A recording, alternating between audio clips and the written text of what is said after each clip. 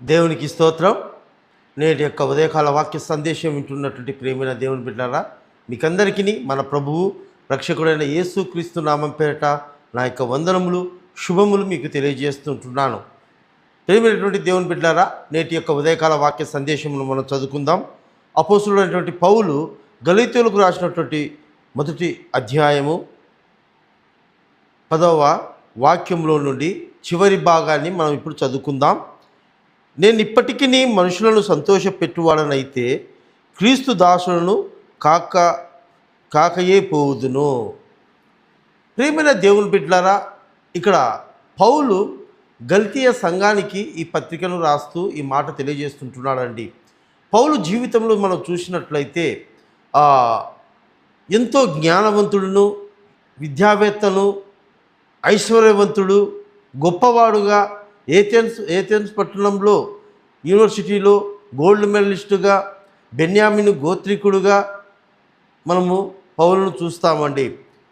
ఆయనకు అంత చదువు ఉన్నప్పటికీ, అంత జ్ఞానవంతుడైనప్పటికీ, అంతేకాకుండా గమనియేలు పాదాల చెంత ధర్మశాస్త్రాన్ని క్షుణ్ణంగా ధ్యానించినవాడు, పరిశోధించినవాడు ఈ యొక్క పౌలు.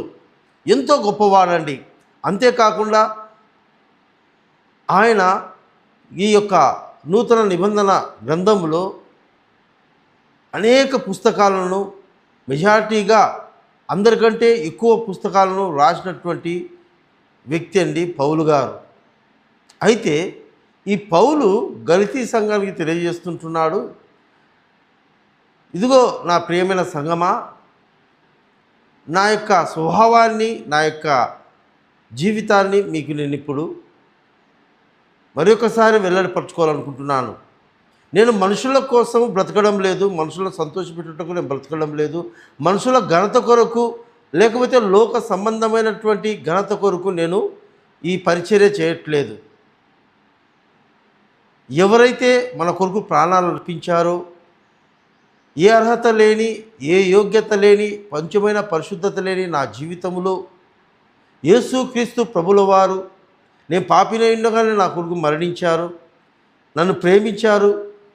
నేను అపాయం చేయాలని, క్రీస్తు ప్రజలను హింస పెట్టాలని, ఒక దుర్మార్గుడుగా, ఒక హింసకుడుగా, ఒక దూషకుడుగా నేను మారినను నన్ను క్షమించి, నన్ను ప్రేమించి ఆయన బిడ్డగా, నన్ను ఆయన సాక్షిగా, ఆయన సేవకునిగా, పరిచారకుడిగా నన్ను ఏర్పరచుకున్నాడు. గనుక నేను ఎవరిని బట్టి అయినా సంతోషించాలి అంటే, ఎవరినైనా సంతోషపరచాలి అంటే, ఈ లోకంలో ఎవరినైనా నేను ఆనందించాలంటే అది ప్రభువునందే నేను ఆనందిస్తుంటున్నాను.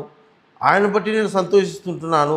ఆయనని ఎలా సంతోషపరచాలని నేను ప్రయాసపడుతుంటున్నాను. అందుకే సమస్తమును నేను పెంటగా ఎంచుకున్నాను అంటాడు పౌలు.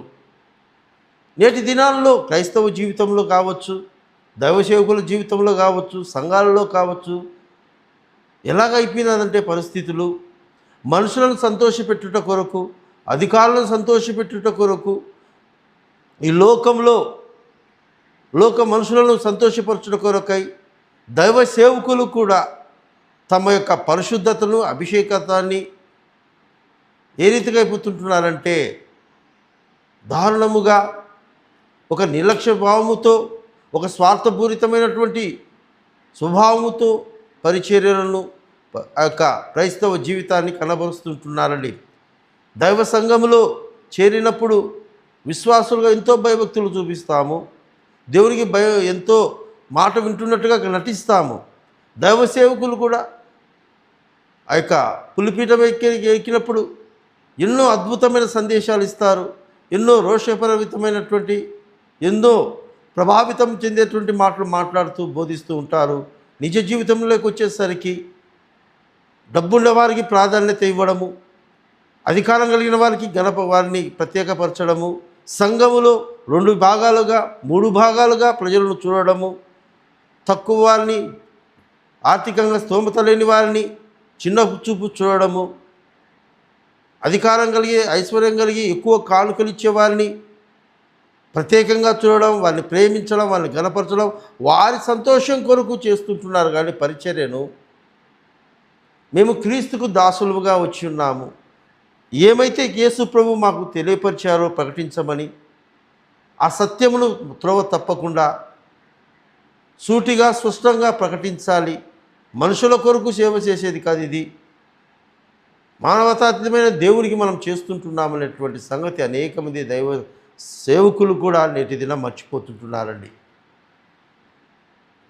ఎందుచేతనంటే అనేక మంది యొక్క మనసులు లోకం వైపు త్రిప్పబడుతుంటున్నాయి. లోక ఆశల వైపు, లోక బలహీనతల వైపు, లోకాకర్షణ వైపు తిరగబడుతున్నాయండి. అందును బట్టి లోకమును సంతోషపెట్టాలని, మనుషులను సంతోషపెట్టాలని ప్రజలు దేవుని దాసులముగా మర్చిపోతుంటున్నారు. ఈ ఉదయకాల సమయంలో ఈ మాట వింటున్నటువంటి నా ప్రియమైన దేవుని బిడ్డలారా, ఈరోజు మన విశ్వాస, మన బోధన విధానాన్ని, మన భక్తి విధానాన్ని మనం ఒక్కసారి పరిశీలించుకుందాం, పరీక్షించుకుందాం. మనం ఎవరిని సంతోషపెట్టుటకు మనం భక్తి కనపరుస్తుంటున్నాం, ఎవరిని పెట్టుటకు మనం ఈ పరిచర్య చేస్తుంటున్నాం, ఎవరిని గణపరచుటకు మనం బోధనలు చేస్తుంటున్నాం. ఒకసారి మనం పరీక్షించుకుందాం. ఈ లోకంలో నువ్వు వేల మందిని సమకూర్చుకోవచ్చు, ఈ లోకంలో పెద్ద సంఘముగా, పెద్ద సంస్థగా, పెద్ద పరిచర్యగా నువ్వు దీవించబడవచ్చు. అయితే సంఘముతో వస్తున్నటువంటి వారితో మనం ఎలా ప్రవర్తిస్తుంటున్నాం? వాళ్ళని విభజించి బోధిస్తుంటున్నామా? క్రీస్తు ఏక శరీరముగా, అందులోని అవయములుగా, అందరం ఏకముగా ఒకవారమే అని చెప్పి మనం బోధిస్తుంటున్నామా? అలాగా వారి పట్ల మనం నడుచుకుంటున్నామా? అదే రీతిగా విశ్వాసులు కూడా ఎలాంటి బోధనలకు మనము చెవి ఎగ్గుతున్నాం? ఎలాంటి బోధనల మధ్య మనము, అది వాక్యానుసారమైందా? అది పౌలు తెలిపినట్లుగా క్రీస్తు దాసుడుగా మనుషులను కాకుండా, మనుషులు బట్టి కాకుండా సేవ, దేవుని బట్టి సేవ చేసేటువంటి పరిచర్యలో మనం బలపరచబడుతున్నామా? అలాంటి సహవాసం కలిగి ఉన్నామా? ఒకసారి మనం పరీక్షించుకోవాలండి.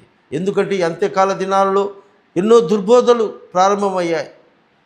వాక్యాన్నే వక్రీకరించి, నేటితనము కాదు, ఆనాడు పౌలు యొక్క పరిచర్య కాలంలో నుండే ఈ గలతీ సంఘంలోనే ఎన్నో ధర్మ యొక్క వాక్యానికి విరుద్ధమైనటువంటి, వ్యతిరేకమైనటువంటి క్రీస్తు యొక్క ప్రభు యొక్క ఈ లోక రాకడకు ఎందుకొరకు వచ్చాడు, ఏమి చేశాడు, దేని సంపూర్ణంగా చేశాడు, ఏది చేయమని చెప్పాడు అనే విషయాలను ప్రక్కన పెట్టి, వాక్యాన్ని పక్కత్లో వాళ్ళు తప్పించి, ప్రజలను కలవరపెట్టి, మనుషుల యొక్క ఘనత కొరకై సూటిగా బోధించేటువంటి పౌలు యొక్క బోధనలను అబద్ధం చేసేదానికి ఎన్నో పన్నాగాలు చేశారండి.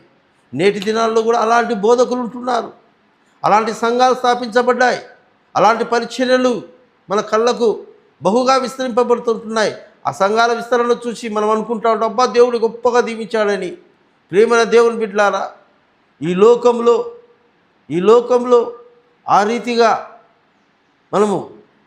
మనం చూస్తున్నవి ఎంత అభివృద్ధి చెందుతుంటున్నాయంటే అక్కడ వాక్యము కాదండి పనిచేసేది, అక్కడ మాటలు పనిచేస్తుంటున్నాయి.